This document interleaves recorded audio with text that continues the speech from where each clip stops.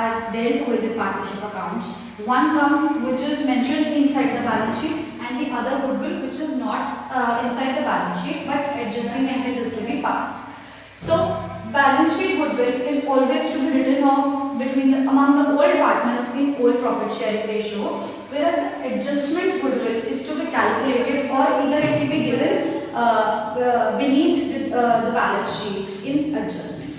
So what will be the adjustment entry passed in case of goodwill for all the three chapters: change in PSR, admission, retirement and death. The entry is same in all these four chapters, which is always gaining partners capital account to sacrificing partners capital account.